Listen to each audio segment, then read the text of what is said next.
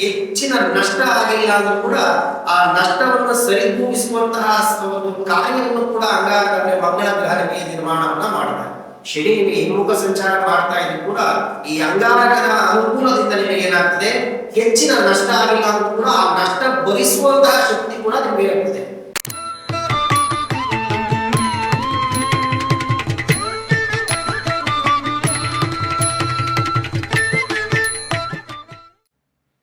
ಓಂ ಶ್ರೀ ಗುರುಭ್ಯೋ ನಮಃ.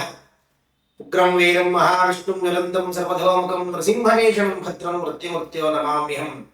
ಸಮಸ್ತ ವೀಕ್ಷಕ ಬಾಂಧವರಿಗೆ ನೃಕೇಸರಿ ಅಷ್ಟೋ ಚಾನಲ್ಗೆ ಸ್ವಾಗತವನ್ನು ಕೋರುತ್ತಾ, ಇನ್ನು ನಮ್ಮ ಚಾನಲ್ಗೆ ಯಾರ್ಯಾರು ಸಬ್ಸ್ಕ್ರೈಬ್ ಆಗಿಲ್ಲ ಇಲ್ಲ ಆಗಿ ಅಂತ ಹೇಳಿ, ಇನ್ನ ಜುಲೈ 2026 ಕುಂಭರಾಶಿಯವರಿಗೆ ಹೇಗಿದೆ ಫಲಾಫಲಗಳು ನೋಡೋಣ ಬನ್ನಿ. ಮೊದಲಿಗೆ ಯಾವ ಗ್ರಹ ಯಾವ ರಾಶಿಯಲ್ಲಿ ಸಂಚಾರ ಮಾಡ್ತಾ ಇದೆ ಅಂತ ನೋಡಲಾಗಿ, ಇದೇ ಜುಲೈ 16 ತನಕ ಸೂರ್ಯ ಭಗವಂತ ಮಿಥುನ ರಾಶಿಯಲ್ಲಿದ್ದು ತದನಂತರ ಕಟಕ ರಾಶಿಯಲ್ಲಿ ಸಂಚಾರವನ್ನ ಮಾಡ್ತಾರೆ. ಶನಿ ಭಗವಂತ ಎಂದಿನಂತೆ ಮೀನರಾಶಿ ವರ್ಷಾಂತ್ಯದವರೆಗೂ ಮೀನರಾಶಿಯಲ್ಲಿದ್ದು ಹಿಮ್ಮುಖ ಸಂಚಾರವನ್ನು ಮಾಡ್ತಾ ಇದ್ದಾರೆ. ಗುರು ಕಟಕ ರಾಶಿಯಲ್ಲಿದ್ದಾರೆ. ಬುಧ ಗ್ರಹ 7ರಿಂದ ಮಿಥುನ ರಾಶಿಗೆ, ಶುಕ್ರ ಗ್ರಹ 4ರಿಂದ ಸಿಂಹ ರಾಶಿಗೆ ಸಂಚಾರವನ್ನು ಮಾಡ್ತಾ ಇದ್ದಾರೆ. ಹಾಗಿದ್ರೆ ಕುಂಭರಾಶಿಯವರಿಗೆ ಹೇಗಿದೆ ಫಲಾಫಲಗಳು ನೋಡೋಣಾದ್ರೆ, ಕುಂಭರಾಶಿಯವರಿಗೆ ಸಾಡೆ ಸಾತಿಯ ಕೊನೆ ಗಳಿಗೆಯಲ್ಲಿದ್ದೀರಿ. ಯಾರು? ಕುಂಭರಾಶಿಯವರು. ಈ ಕುಂಭರಾಶಿಯವರಿಗೆ ಅಂಗಾರಕ ಮತ್ತೆ ಶನಿಯ ಪ್ರಭಾವ ಹೆಚ್ಚಾಗಿದೆ ಈ ತಿಂಗಳಲ್ಲಿ. ಹಾಗಾಗಿ ಸ್ವಲ್ಪ ಈ ತಿಂಗಳು ಏರಿಳಿತಗಳು ನಿಮಗೆ ಲಭಿಸ್ತವೆ ಶನಿ ಮತ್ತೆ ಅಂಗಾರಕನ ಸಂಚಾರದಿಂದ. ಇದೇ ಅಂಗಾರಕನ ಪ್ರಭಾವದಿಂದ ನಿಮಗೆ ಹೆಚ್ಚಿನ ನಷ್ಟ ಆಗಿಲ್ಲ ಅಂದ್ರೂ ಕೂಡ ಆ ನಷ್ಟವನ್ನು ಸರಿದೂಗಿಸುವಂತಹ ಒಂದು ಕಾರ್ಯವನ್ನು ಕೂಡ ಅಂಗಾರಕ ಮಂಗಳ ಗ್ರಹ ನಿಮಗೆ ನಿರ್ಮಾಣವನ್ನ ಮಾಡ್ತಾರೆ. ಶನಿ ನಿಮಗೆ ಹಿಮ್ಮುಖ ಸಂಚಾರ ಮಾಡ್ತಾ ಇದ್ರು ಕೂಡ ಈ ಅಂಗಾರಕನ ಅನುಕೂಲದಿಂದ ನಿಮಗೆ ಏನಾಗ್ತದೆ, ಹೆಚ್ಚಿನ ನಷ್ಟ ಆಗಿಲ್ಲ ಅಂದ್ರೂ ಕೂಡ ಆ ನಷ್ಟ ಭರಿಸುವಂತಹ ಶಕ್ತಿ ಕೂಡ ನಿಮಗೆ ಇರ್ತದೆ. ವೃತ್ತಿ ರಂಗದಲ್ಲಿ ಮತ್ತೆ ಉದ್ಯೋಗ ರಂಗದಲ್ಲಿ ನೋಡೋದಾದ್ರೆ, ಉದ್ಯೋಗ ರಂಗದಲ್ಲಿ ವೃತ್ತಿ ರಂಗದಲ್ಲಿ ನೀವು ಮಾಡ್ತಕ್ಕಂಥ ಕೆಲಸವನ್ನು ಅಚ್ಚುಕಟ್ಟಾಗಿ ನಿರ್ವಹಣೆ ಮಾಡ್ತಾ ಇರ್ತೀರಿ. ಆದರೂ ಕೂಡ ಹೆಚ್ಚಿನ ಫಲಾಫಲಗಳು ನಿಮಗೆ ಸಿಕ್ಕಲ್ಲ ಅಂತ ಹೇಳಿ ಕೊರಗು ಇರ್ತದೆ. ಆದ್ರೂ ಕೂಡ ಈ ಶುಕ್ರನ ಅನುಗ್ರಹದಿಂದ ನಿಮಗೆ ಅನ್ಕೊಳ್ಳದೇ ಇರೋ ಕೆಲಸ ಆಗಿಲ್ಲ ಅಂದ್ರೂ ಕೂಡ ನಷ್ಟ ಅಂತ ನಿಮಗೆ ಪಡೆಯಲ್ಲ. ಈ ಜುಲೈ ತಿಂಗಳಲ್ಲಿ ನಿಮ್ ಕೆಲಸ ನಾನು ಇಷ್ಟೆಲ್ಲ ಕಷ್ಟಪಟ್ಟೆ, ನನಗೆ ಈ ತರ ಒಂದು ಉದ್ಯೋಗ ನಮಗೆ ಬಡ್ತಿ ಆಗಿರ್ಬಹುದು, ಮೇಲಧಿಕಾರಿಗಳಿಂದ ಪ್ರಶಂಸೆ ಸಿಕ್ಲಿವಲ್ಲ ಅಂತಕ್ಕಂಥದ್ದು ಇರುತ್ತೆ. ಆದರೂ ಕೂಡ ನಿಮಗೆ ಹೆಚ್ಚಿನ ಲಾಭ ಸಿಕ್ಕಿಲ್ಲ ಅಂದ್ರೂ ಕೂಡ ನಷ್ಟ ಅಂತೂ ಶುಕ್ರನ ಅನುಗ್ರಹದಿಂದ ಇರೋದಿಲ್ಲ. ಇನ್ನು ಹಣಕಾಸಿನ ಸ್ಥಿತಿ ನೋಡೋದಾದ್ರೆ, ಹಣಕಾಸಿನ ಸ್ಥಿತಿಯಲ್ಲಿ ನಿಮಗೆ ರಾಹು ಕುಂಭರಾಶಿಯಲ್ಲಿ ನಿಮ್ಮ ರಾಶಿಯಲ್ಲಿ ಸಂಚಾರ ಮಾಡ್ತಾ ಇರೋದ್ರಿಂದ, ರಾಹು ನಿಮ್ಮ ರಾಶಿಯಲ್ಲಿ ಸಂಚಾರ ಮಾಡ್ತಾ ಇರೋದ್ರಿಂದ ಹೆಚ್ಚಿನ ಜಾಗರೂಕತೆ ಬೇಕು.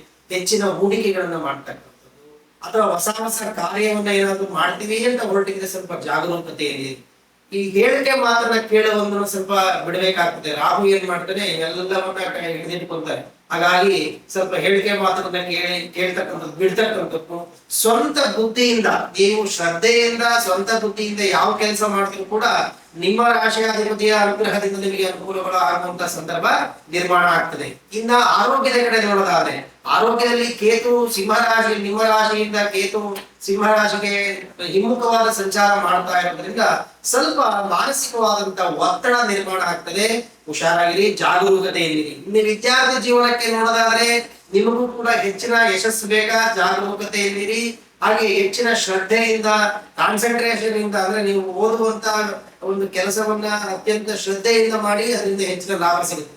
ಒಟ್ಟಾರೆಯಾಗಿ ಕುಂಭರಾಶಿಯವರಿಗೆ ಹೇಳೋದಾದ್ರೆ, ಈ ಜುಲೈ ತಿಂಗಳು ಏನು ಬ್ಯಾಲೆನ್ಸ್ ಆಗಿ ನಡೆಯಬೇಕು ಅಂತ ಹೇಳಿದ್ರೆ ಸಮತೋಲನವಾಗಿರ್ತಕ್ಕಂತಹ ತಿಂಗಳಾಗ್ತದೆ. ಯಾವುದು ಅನುಕೂಲ ಅಥವಾ ಅನಾನುಕೂಲ ಎರಡೂ ಆಗಲ್ಲ. ಆದ್ರೆ ಸ್ವಲ್ಪ ಜಾಗರೂಕತೆ ನಿಮ್ಗೆ ಬೇಕಾಗ್ತದೆ. ಹಾಗಿದ್ರೆ ಹೆಚ್ಚಿನ ಪರಿಹಾರ ಏನು ಆಗಿದೆ ಜುಲೈ ತಿಂಗಳಲ್ಲಿ ನಿಮಗೆ ಪರಿಹಾರ ಏನಪ್ಪಾ ಅಂತಂದ್ರೆ, ನೀವು ಸಾಡೆ ಸಾತಿ ನಡೀತಾ ಇರೋದ್ರಿಂದ ನಿಮ್ಮ ಮನೆ ದೇವರನ್ನ ಅನುಕೂಲಕ್ಕಾಗಿ ಮನೆ ದೇವರನ್ನ ಪ್ರಾರ್ಥನೆ ಮಾಡಿ, ಶನಿ ದೇವಾಲಯಕ್ಕೆ ಎಳ್ಳೆಣ್ಣೆ ಸಮರ್ಪಣೆ ಮಾಡಿ, ಅಥವಾ ಶಿವನ ದೇವಾಲಯಕ್ಕೆ ಪ್ರದೋಷ ಕಾಲದಲ್ಲಿ ಎಳ್ಳೆಣ್ಣೆ ಶುದ್ಧವಾಗಿರ್ತಕ್ಕಂಥ ಎಳ್ಳೆಣ್ಣೆ ಅಭಿಷೇಕ ಮಾಡೋದ್ರಿಂದ ಹೆಚ್ಚಿನ ಫಲಾಫಲಗಳು ನಿಮಗೆ ಸಿಗುತ್ತೆ. ಯಾಕೆಂದ್ರೆ ಶಿವನ ಮಗನಾಗಿರ್ತಕ್ಕಂಥವನು ಶ್ರೇಷ್ಠ, ಅಂದ್ರೆ ಶಿವನ ಅಂಶದಲ್ಲಿರ್ತಕ್ಕಂಥವನು ಅಂತ ಹೇಳ್ತೇವೆ. ಆ ಶಿವನ ಅನುಗ್ರಹ ನಿಮಗೆ ಸಿಕ್ತು ಅಂತಂದ್ರೆ ಹೆಚ್ಚಿನ ಪರಿಹಾರಗಳು ಲಾಭಗಳು ನಿಮಗೆ ದೊರಕುತ್ತೆ.